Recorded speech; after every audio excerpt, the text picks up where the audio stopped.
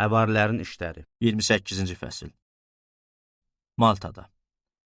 Xilas olandan sonra öyrəndik ki, adanın adı Maltadır. Oranın sakinləri bizə gözlənilməz bir mehribanlıq göstərdilər. Hava yağışlı və soyuq olduğu üçün ocaq qalayıb, hamımızı hərarətlə qarşıladılar. Paul bir dəstə çırpı götürüb ocağa atdı. O zaman istinin təsirindən bir gürzə çıxıb onun əlinə yapışdı.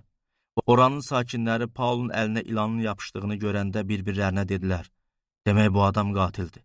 Dənizdən xilas olsa da, ədalət ilahəsi onu yaşamağa qoymur." Amma Paul əlini silkələyib ilanı oda ataraq heç bir xətər görmədi. Camaat gözləyirdi ki, Paulun bədəni şişəcək, yaxud birdən-birə yıxılıb öləcək. Amma çox gözlədilər. Ona heç nə olmadığını görəndə fikirlərini dəyişib dedilər: "Bu bir Allahdır." O yerin yaxınlığında malikanə var idi ki, ora adanın baş məmuru Publi adlı bir şəxsin idi.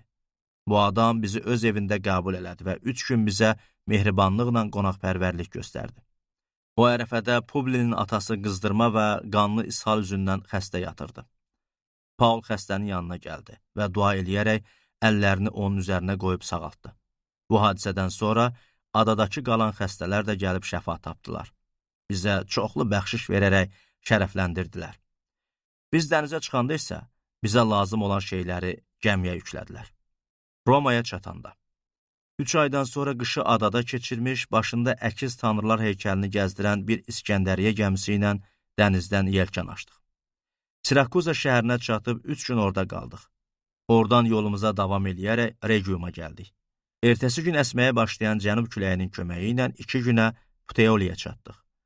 Orada rastlaşdığımız imanlı bacı-qardaşlar bizdən xahiş elədilər ki, onların yanında bir həftə qalaq.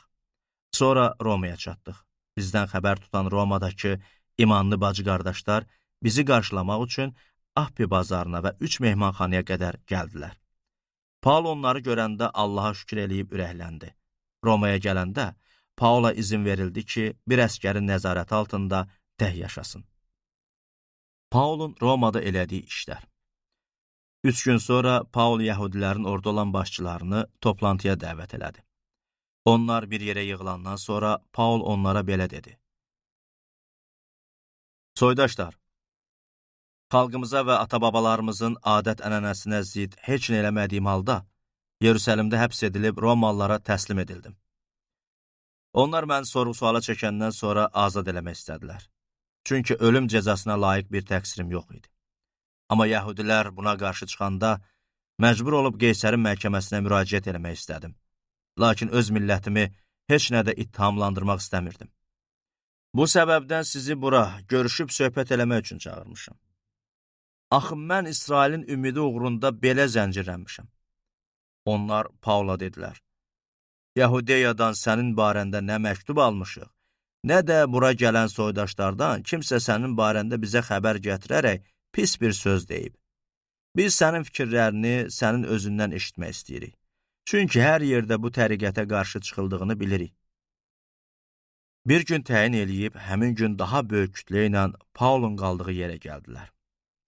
Paul səhərdən axşamacan Allahın padşahlığından şəhadət eləyərək onlara açıqlama verdi. Həm Musanın qanunundan, həm də peyğəmbərlərin yazdıqlarından onları İsa'ya inandırmağa çalışdı. Bəziləri onun sözlərinə inandı, bəziləri isə inanmadı. Bir-birləri ilə razılığa gəlməyəndə Paulun bu son sözlərinə qulaq asıb ayrıldılar. Müqəddəs ruh Yeşaya peyğəmbərin vasitəsilə ata-babalarınıza bu gözəl sözü dedi: "Get bu xalqa bunu çatdır. Eşitdikcə eşidəcəksiniz, amma anlamayacaqsınız. Gördükcə görəcəksiniz, amma qanmayacaqsınız. Çünki bu xalqın ürəyi kütləşdi, qulaqları ağır eşitdi. Gözlərini yumdular ki, gözləri ilə görməsinlər, qulaqları ilə eşitməsinlər, ürəkləri ilə anlamasınlar və mənə sarı dönməsinlər ki, mən onlara şəfa verim. İndi bilin ki, Allahın verdiyi bu xilas başqa millətlərə göndərilib və onlar buna qulaq asacaqlar." Paul düz 2 il kirayə tutduğu evdə qalıb, yanına gələnlərin hamısını qəbul eləyirdi. Heç bir maneə olmadan, tam bir cəsarətlə Allahın padşahlığını vəz eləyir və Rəbb İsa Məsihlə bağlı həqiqətləri öyrədirdi.